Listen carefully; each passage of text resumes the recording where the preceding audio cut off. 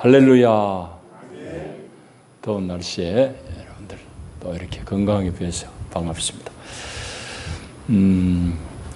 약 한 달 전에 7월 초순 한 열흘 동안에 독일의 비텐베르크라는 크지 않은 도시가 있습니다. 그거는 루터가 종교개혁을 이제 수행할 때 중심이 되었던 도시.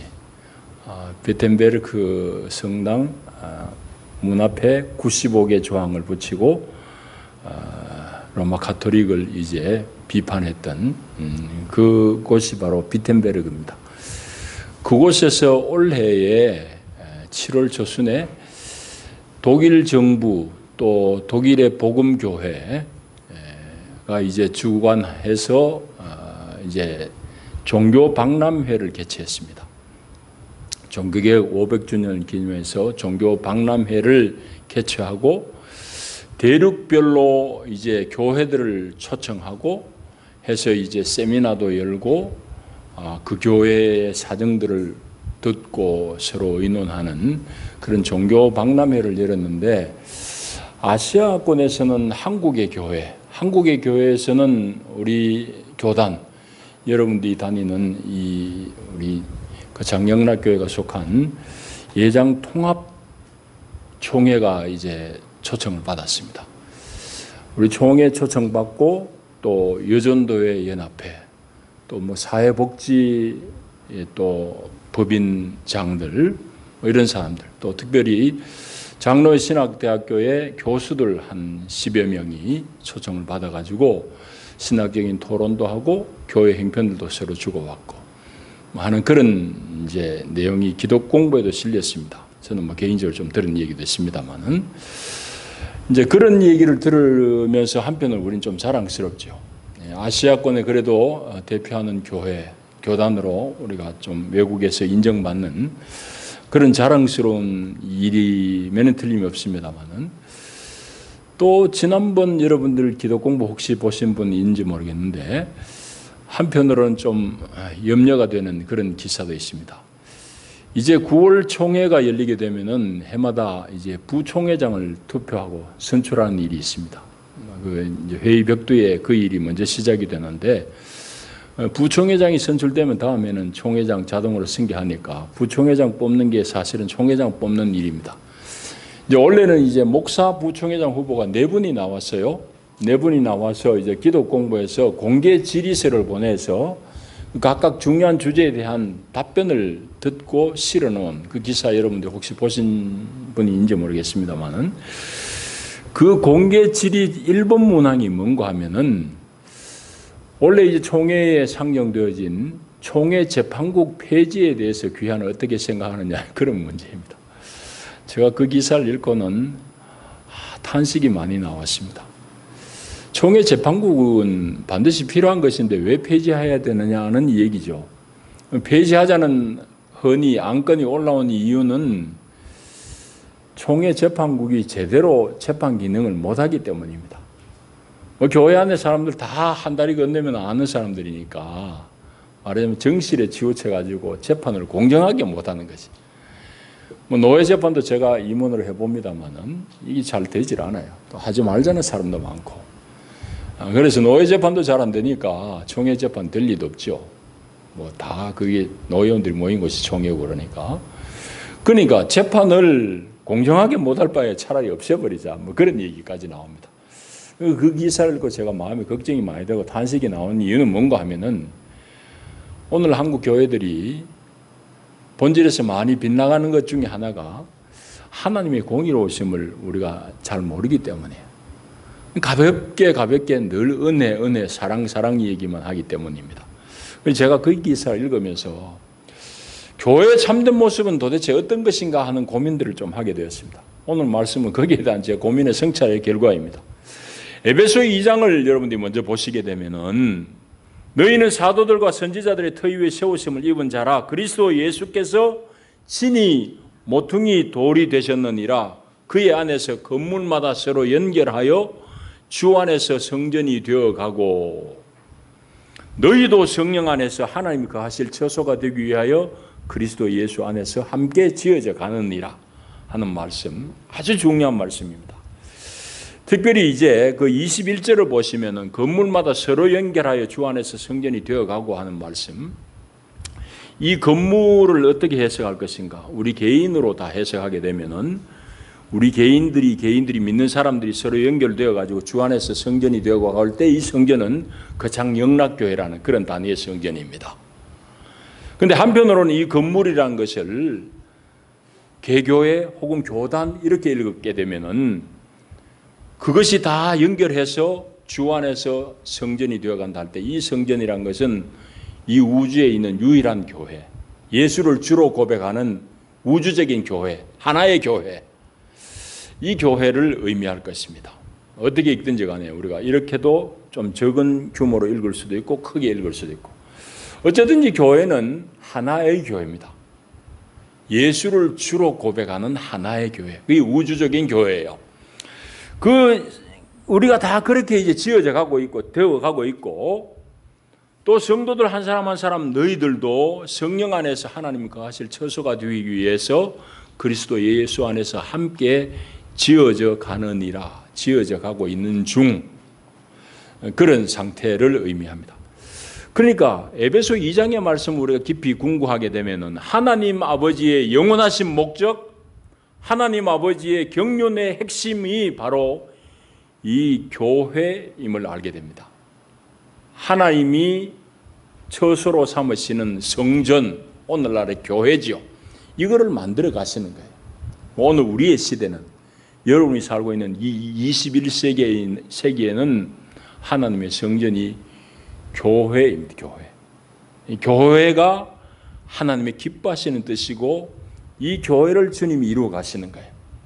이제 종국에는 이 역사의 끝에는 완성된 교회가 나타납니다. 그것이 계시록에 보면 새 예루살렘 성이라고 표현되어 있습니다. 새 예루살렘 성은 완성되어진 교회입니다. 온전해진 교회입니다. 오늘은 그 온전함을 향해서 나아가고 있기 때문에 좀 불완전한 모습, 좀 시원찮은 모습들도 군데군데 보이게 되어 있습니다. 어쨌든지 하나님께서 역사를 운행하시는 그 지향점, 목표에는 뭐가 있는가 하면은 바로 하나님의 교회가 있다는 사실입니다. 그러니까 여러분들이 이 교회를 잘 알아야 되는 거예요. 교회를 모르고는 우리 신앙생활을 할 수가 없습니다. 그런데 하나님께서 역사를 이렇게 운행해 가시고 하나님의 경륜이 그쪽으로 쭉 이어갑니다만은 언제나 하나님 앞에 협력하는 사람들만 있는 건 아니죠. 그건 역사가 늘 보여주는 일입니다. 그래서 때로는 반동이 일어나기도 하고 또 오류가 교회 가운데 생기기도 하고 그렇습니다. 지난 시간에 우리 살폈듯이 예수님께서는 이 세상이라는 밭에 알곡을 심었는데 알곡만 심었는데 아니 자고 보니까 며칠 있다 보니까 가라지도 같이 자라는 거예요. 그와 똑같습니다. 하나님께서는 그분의 사람들을 부르셔서 오늘 교회를 이루어 가시고 이것이 완성된 새 예루살렘 성과 같이 성숙해진 모습으로 점점점 세워가는 것이 하나님의 역사 운행의 의도고 방향이에요. 그럼에도 불구하고 교회 가운데는 이렇게 시원찮은 모습도 들어 보인다 이 말이죠. 그래서 그런 일들을 볼 때에 우리가 질문을 해봐야 됩니다. 그러면 올곧은 성전, 하나님이 기뻐하시는 성전, 교회의 원형이니까 교회의 참된 모습은 도대체 무엇이 있어야지, 무슨 조건이 충족되어야만이 올곧은 성전, 참된 교회가 세워질까 하는 질문입니다. 저는 그 질문에 대한 고민을 하면서 역대하 3장 1절을 궁구해 봤습니다. 역대하 3장 1절은 짧은 말씀이지만 이 말씀 속에 하나님의 온전한 성전의 모습이 다 여기 들어가 있더라고요. 오늘 여기 이제 3장 1절 다시 보시면은 솔로몬이 예루살렘 모리아산에 여호와의 전 건축하기를 시작하니 그곳은 전에 여호와께서 그의 아버지 다윗에게 나타나신 곳이요 여부수 사람 오르난의 타작마당에 다윗이 정한 곳이라 했습니다. 여기 이제 한 인물이 나옵니다. 솔로몬입니다. 성전을 지은 사람 솔로몬이고 그 장소가 두 가지로 설명이 됩니다. 하나는 모리아산이라고 표현이 되어 있고 또 한 가지는 오르난의 타작마당. 이건 또 좀 더 좁은 의미로, 좁은 장소적인 의미로 오르난의 타작마당. 이 다윗이 거기에 장소를 정했어요. 여기에 성전이 세워지는데 이 세 요소, 솔로몬, 모리아산, 그 다음에 오르난의 타작마당을 살펴보게 되면은 오늘 하나님이 기뻐하시는 교회를 세우기 위한 기본적인 조건이 여기 다 담겨져 있다고요. 여러분, 모리아산을 먼저 살펴볼 테고 솔로몬, 그 다음에 오르난의 타작마당을 살펴볼 텐데, 모리아산 여러분 다 아시나요? 모리아산 우리 성경 좀 읽으신 분들은 다 기억하시죠? 아브라함이 100세에 얻은 아들이 이삭입니다. 이삭이죠. 100살에 얻은 아들이 얼마나 귀하고 눈에 넣어도 아프지 않을 귀한 아들이잖아요. 이 아이가 건강하게 잘 자랐을 때에 하나님은 어느 날 난데없이 청천벽력 같은 요구를 하십니다. 네 아들, 100세에 낳은 그 아들 이삭을 내가 정한 산에 가서 제물로 드려라. 그 산이 모리아산입니다. 사흘길이 되는 거리예요. 아브라함이 살던 집에서 사흘 말 타고 가야 되는 거리라고. 그러니까 사흘 동안 고민이 얼마나 많았겠습니까? 그런데 그는 하나님의 명령 앞에 절대 순복합니다. 모리아산에 가서 아들 이삭을 결박하고 번제를 태울 나무 단 위에 이삭을 눕혀가지고 칼을 들고 아들을 잡으려고 하는데 하나님의 천사가 이 칼 잡은 손을 붙듭니다. 아브라함아, 그만둬라. 네 손에서 칼을 놓아. 이제야 네가 나를 사랑한 줄 내가 알겠다 하면서 하나님이 읍조게 하시면서 뒤편을 보라고 하나님이 어린 양을 예비하셨습니다. 이삭 대신에 그 어린 양을 잡아서 하나님 앞에 제사를 드린 곳이 모리아산입니다. 그러니까 모리아산이 의미하는 것은 아브라함과 이삭의 절대 순복이죠. 아브라함의 순복도 대단하지만 이삭도 마찬가지. 이삭이 갓난아기는 아니잖아요. 소년인데 힘이 아버지보다 더 셀 수도 있어요. 아버지가 포박하고 결박할 때에 싫다고 뛰쳐나가버리면 그거 할 수가 없는데 이삭도 아버지의 명 앞에 절대적으로 순복한 거예요. 그러니까 모리아산이 의미하는 것은 하나님 앞에 절대 순복함입니다. 이 이삭이 모리아산에서 제물을 하나님 앞에 드려질 뻔했는데 이것은 사실은 이 모리아산이 바로 십자가가 달린 그 산이거든요. 이 모리아산이 의미하는 절대 순복의 실제 성취는 예수 그리스도의 십자가 사건에서 성취됩니다. 예수님이 하나님 아버지의 명을 절대적으로 순복해서 십자가 위에 당신을 드리는 거예요. 거기서 인류 구원의 길이 열리는 겁니다. 그래서 빌립보 2장 6절에 보면 이렇게 말씀합니다. 여기 그는 이 말은 그리스도 예수 그분은 그리스도는 이 말입니다. 예수는 이 말이 그는 근본 하나님의 본체시나 하나님과 동등됨을 취할 것으로 여기지 아니하시고 오히려 자기를 비워 종의 형체를 가지사 사람들과 같이 되셨고 사람의 모양으로 나타나사 자기를 낮추시고 죽기까지 복종하셨으니 곧 십자가에 죽으심이라. 예수 그리스도의 절대 순복, 절대 순종, 이 십자가의 순복이 하나님의 구원의 은총, 구원의 은혜를 우리에게 끌어다 줬다 이 말이죠. 그러니까 오늘 교회 성전이 모리아산에 세워진 같이 오늘 교회는 철저하게 예수 그리스도의 십자가의 은총 위에 세워진 것이 교회입니다. 어느 사람의 능력, 사람의 모습이 아니에요. 사람이 주도하는 데가 아니에요. 예수 그리스도의 십자가만이 완전하게 터전을 잡는 곳이 참된 성전, 참된 교회입니다. 그래서 이 십자가를 이 모리아산을 생각할 때에 예수 그리스도의 십자가의 은혜, 또한 그 은혜를 입은 우리가 그 길을 쫓아가는 거예요. 그래서 예수님께서도 누구든지 나를 따르려거든 자기 십자가를 지고 나를 쫓으라 했잖아요. 우리가 십자가의 은혜를 입고 하나님의 구원하시는 이 은총을 입었다고 그러면 우리도 십자가를 지고 우리 자신을 드리면서 그 은혜의 길을 따라가는 거예요. 이게 교회 생활입니다. 여러분, 그 교회 생활을 많이 혼돈해요. 물론 초기에는 우리가 그렇게 시작할 수도 있지만은 교회 생활은 사실은 나를 날마다 부인하면서 주를 쫓는 게 교회 생활이에요. 이 교회의 기초입니다. 두 번째로 솔로몬을 살펴야 되고 오르난의 타작마당을 살펴야 되는데, 이 두 번째 솔로몬 오르난의 타작마당, 이 모두는 공통적인 것이 다윗의 실패 혹은 다윗의 큰 실수와 관련되어진 사안들입니다. 솔로몬, 여러분들 다윗이 누구에게서 낳은 자식이 솔로몬입니까? 솔로몬 엄마가 누구예요? 솔로몬 엄마가 바세바입니다.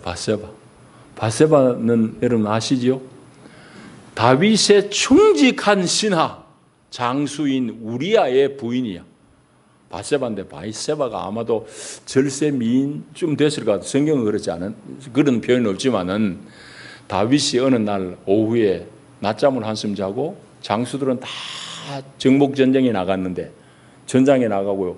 다윗이 잠자고 옥상에 올라가서 보니까 웬 여인이 아주 하얀 살을 드러내고 목욕을 하고 있거든요. 거기서 그만 탐심이 발현됩니다. 그래서 저 여자를 데려오느라. 그 여자하고 하룻밤을 자요. 자면서 물어보니까 누군가 하면은 자기가 그렇게도 총애하는 우리아라는 장수의 부인입니다. 그럼 거기서 끝났으면 되는데 들그덕 애를 베어버렸네. 이거니까 이거 뭐 실수로 감출 도리가 없습니다. 애기는 자꾸 커질 테고 배는 불러올 테고. 그 다윗이 임신했다는 소리를 듣고 다윗이 그 자기의 범죄, 간음한 범죄를 감추려고 전장에 있는 우리아를 불러오지 않습니까? 네 수고 많다고. 내가 포상 휴가를 주니까 우리아, 당신은 당신 부인하고 하룻밤 자고 좀 쉬다가 전장에 가라. 우리아가 노 그럽니다. 임금님의 은혜는 크지만은 내 밑에 이 휘하의 군사들이 전부 전장에서 수고하고 피를 흘리고 싸우는데 내가 집에 가서 편히 쉴 수 없습니다 하고 왕궁 마당에 자요. 다음날 또 닥치가 막 재촉해가지고 집에 가라고 그랬는데 또 안 가는 거예요. 길이 없는 거예요. 충직한 장수를 어떻게 방법이 없는 거예요. 그래가지고 다윗이 자기의 범죄를 숨기려고 이번에는 우리아를 죽입니다. 자기 손으로 죽이지는 않지만은 전투가 맹렬하게 벌어지는 곳에 밀어놓고 다 군사 빠지라고 비밀 지령을 내려가지고 우리아를 죽여요. 바세바의 남편을 죽인다고.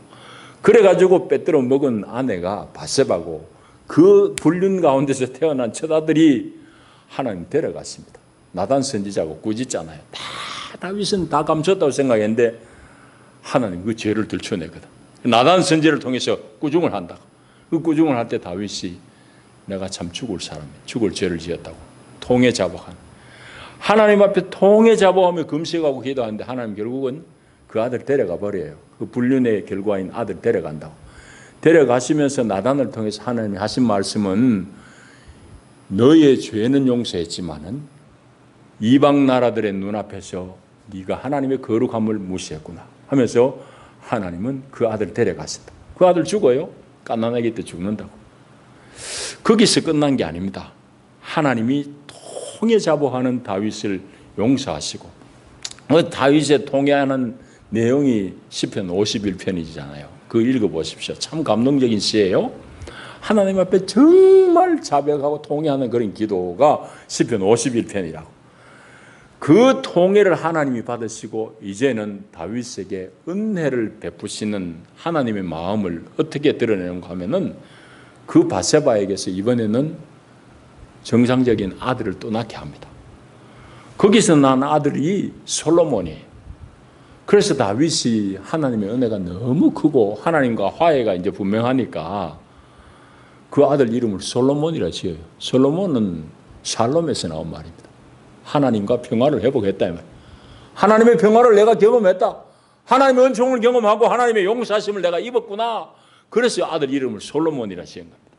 그러니까 이 솔로몬은 다윗 비교적 초반기의 큰 실수, 그 실수 끝에 하나님의 엄미하신 심판, 징계를 경험하고 거기서 부복하고 회개하고 통회할 때 하나님 주신 은혜예요.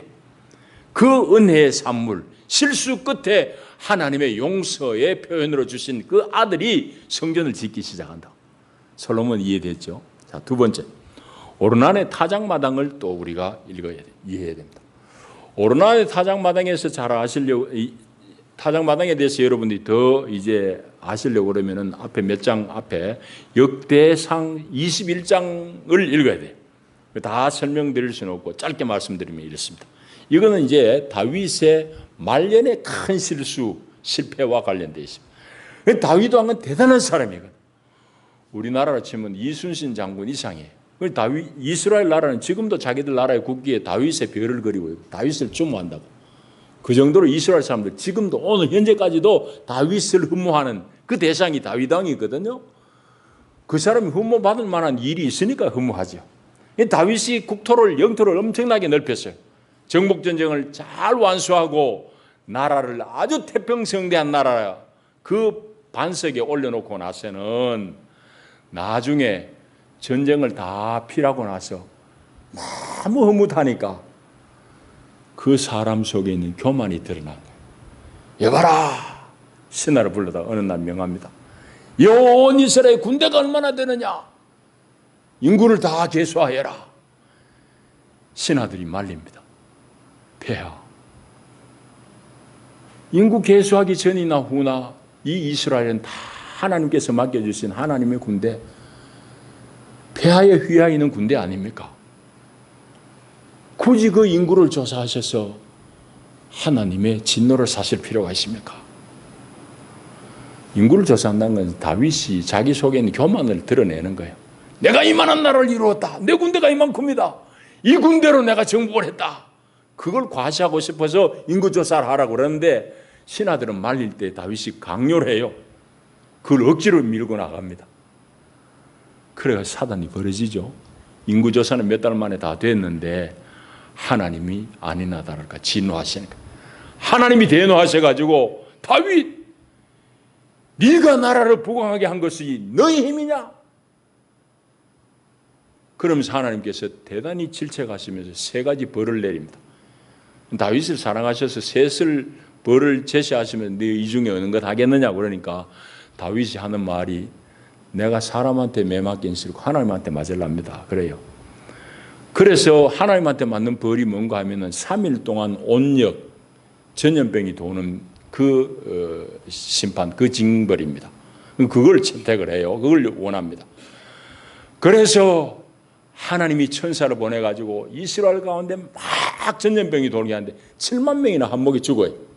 7만 명이 그냥 전염병이 퍼져가지고 막 죽고 예루살렘까지 전염병이 막 퍼지는 찰나에 다윗이 오르난의 타작마당에 딱 보니까 영안이 열려가지고 하나님의 천사가 칼을 들고 예루살렘을 향해서 막 달려가는 모습이 보이는 거예요. 다윗이 거기서 무릎을 꿇고 부복합니다. 주 여호와여, 주 여호와여, 살려달라고. 주님 앞에 거역한 것은 저와 저의 집이지 저 나의 양떼들을, 나의 백성들이 무슨 죄가 있습니까? 저들은 무고한 사람들인데 저들 치지 마세요. 죽이려면 나를 죽여주세요 하고 하나님 앞에 꼬꾸라지고, 그럴 때 하나님이 다윗의 마음을 받고는 칼을 든 천사에게 너의 칼을 칼집에 꽂으라. 그리고는 온역을 거기서 멈추는 거예요.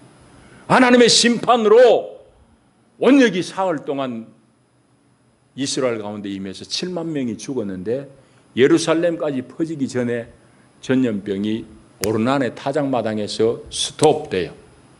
거기서 멈추는데 멈추는 그 자리가 바로 다윗이 하나님 앞에 통회하고 자복한 자리라고. 그게 오르난의 타작마당이에요. 그곳에 솔로몬이라는 사람이 성전을 짓기 시작했다는 거예요. 자, 그러면은 이 솔로몬이든지 오르난의 타작마당이 의미하는 바가 분명하죠. 하나님은 죄인의 큰 실수에도 불구하고 그 가운데 당신의 긍휼을 베푸시고 그 긍휼을 확인한 그 자리가 바로 성전이 건축되는 자리라 이 말이에요. 그래서 엄중한 하나님의 심판 중에서도 긍휼을 체험한 사람 솔로몬, 긍휼이 임한 장소 오르나네 타작마당. 그래.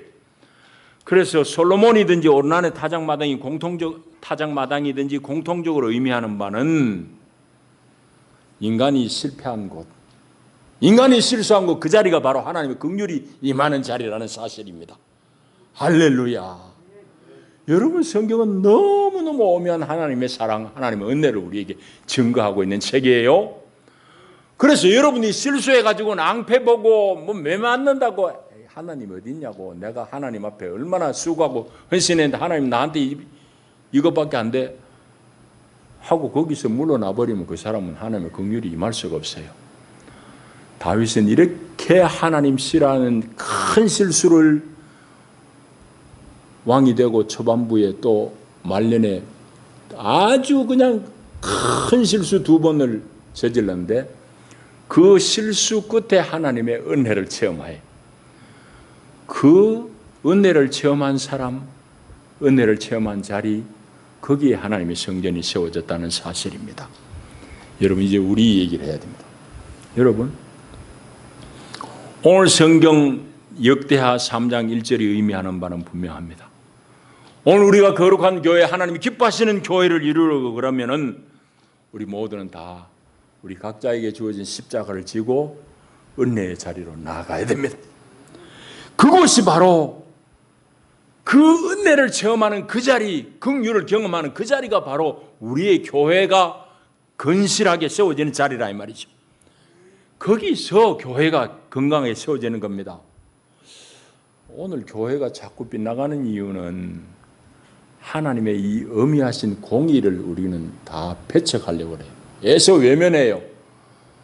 그리고 예수 믿으면 다 만사 오케이, 값싼 은혜. 여러분 보십시오. 모리아산이 뭘 의미해요? 아브라함, 이삭 자기를 다 드린 그 자리잖아요.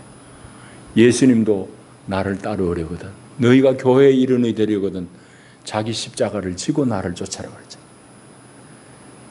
그 십자가는 여러분 자아를 부인하는 자리입니다. 십자가는 여러분이 하나님 앞에 여러분 자신을 부인하는 자리예요. 여러분, 교회가 자기 드러내는 자리가 아닙니다. 교회는 나 죽는 자리예요. 나를 십자가에 처단한 자리예요. 그곳이 교회가 세워진다고요. 그뿐 아닙니다. 여러분, 오늘 우리가 교회를 세운 자리는 솔로몬 오르나네 타작마당이 의미하듯이 우리의 실수에도 불구하고 우리의 낭패에도 불구하고 그 앞에서 하나님 앞에 회개하고 부복했을 때 거기에 하나님의 긍휼하심이 임한다고. 그걸 경험한 사람이 이룰 수 있는 것이, 경험할 수 있는 것이 교회입니다. 여러분, 교회는 표면적인 게 아닙니다. 건물이 아닙니다. 여러분들이 다 하나님의 성전을 이루어갈 인격들입니다. 여러분들 한 사람 한 사람이 다 서로 엮여가지고 하나님의 성전이 되어가는 것입니다. 그런데 어떤 사람들로 엮이느냐? 실수와 낭패 끝에 하나님의 긍휼을 경험한 사람들. 그 사람들 가운데 성령이 운행하시고 든든하게 엮으셔서 교회를 이루어가는 것. 여러분, 신앙생활이라는 것은 제가 이만큼 해보니까, 이만큼 목회해보니까 이제는 좀 제 나름대로 결론이 도달한 게 있어요. 뭔가 하면 신앙생활이라는 것은 교회를 알고 교회를 사는 것, 교회를 누림입니다. 이것만큼 신앙이 성숙한 거예요. 말하자면 여러분의 신앙은 여러분이 교회를 얼마만큼 아느냐, 안다는 것은 머리로 아는 게 아닙니다. 여러분 삶으로 아는 것과 비례하는 겁니다. 여러분의 신앙은 여러분의 교회 생활과 비례하는 거예요. 그럼 교회는 뭐냐? 오늘 역대하 3장 1절이 다 교회의 본질적인 요소를 담고 있습니다. 셋으로 말씀드렸습니다. 첫째는 모리아산, 둘째는 솔로몬, 셋째는 오르나네 타작마당입니다. 모리아산이 의미하는 게 뭐지요? 예수 그리스도의 절대 순복, 십자가의 순복. 오늘도 나도 순복의 자리로 나가요. 우리 각자가 다 자신을 부인하고 주를 쫓는 거예요. 그게 교회의 기초입니다. 또 솔로몬 오르나네 타작마당, 공통적으로 의미하는 바가 있습니다. 무엇입니까? 우리가 실수하고 실패했을 때 하나님의 심판이 임함에도 불구하고 그 통회하고 자복하는 그곳에 하나님의 긍휼이 임하시는 거예요. 그 긍휼을 체험한 사람, 그 사람들이 교회를 이루는 것입니다. 그러니까 그런 사람들은 겸손할 수밖에 없지요. 자기 떠버릴 게 없잖아요. 내가 벌써 죽어야 될 사람인데 하나님의 은혜가 임해서 내가 이만큼 살아있고 하나님의 긍휼이 임해서 내가 주의 교회를 섬길 수 있는 사람이 되었구나. 그걸 인정하는 그 자리가 바로 하나님의 성전이 세워질 자리입니다. 여러분, 그러므로 교회는 처음부터 끝까지 사람 중심이 아닙니다. 하나님의 은혜가 임한 곳이 성전이 세워질 자리입니다. 하나님 중심입니다. 여러분, 신앙은 무엇입니까? 신앙의 중심은 무엇입니까? 그건 여러분의 교회 생활입니다. 여러분의 교회가 모리아 산 위에 솔로몬같이 하나님의 심판 끝에 은혜를 경험한 오르난의 타작마당과 같은 이 하나님의 은혜를 경험하는 이 자리, 이것이 바로 교회가 세워지는 자리임을 깊이 명심하시고, 교회가 크든지 작든지 간에 우리가 하나님이 기뻐하시는 하나님의 처소, 이 말은 하나님이 그 가운데 머문다 이 말이죠. 에베소 2장 20, 너희도 하나님의 처소가 되기 위하여 함께 성전이 되어가고 있느니라 이러잖아요. 우리가 그런 교회를 이루어야 돼요. 하나님이 이 가운데 머무는 것. 그런 복되고 아름다운 교회를 세워나갈 수 있기를 축복합니다. 기도합니다. 주여 사랑합니다. 감사합니다. 오늘도 귀한 말씀으로 우리 신앙의 본질을 일깨우시니 감사합니다. 하나님, 오늘 우리가 성전을 세울 터는 모리아산이요, 성전을 세울 인격은 솔로몬과 같은 하나님의 은혜를 경험한 사람이요, 오르난의 타작마당같이 하나님의 심판, 하나님의 어미하심 중에서도 하나님의 용서를 체험한 장소, 그 자리가 바로 하나님의 성전이 세워지는 자리입니다. 그럼 우리는 겸손히 우리 자신을 부인하고 우리 십자가를 지고 주 예수를 쫓게 하여 주시고 늘 겸비한 마음으로 주의 교회를 잘 섬기는 것이 참으로 복 중에 복임을 알게 하시고 하나님이 기뻐하시는 이 교회를 함께 세워가는 복된 성도들이 되게 축복하여 주시옵소서. 예수님 이름으로 기도하옵나이다. 아멘.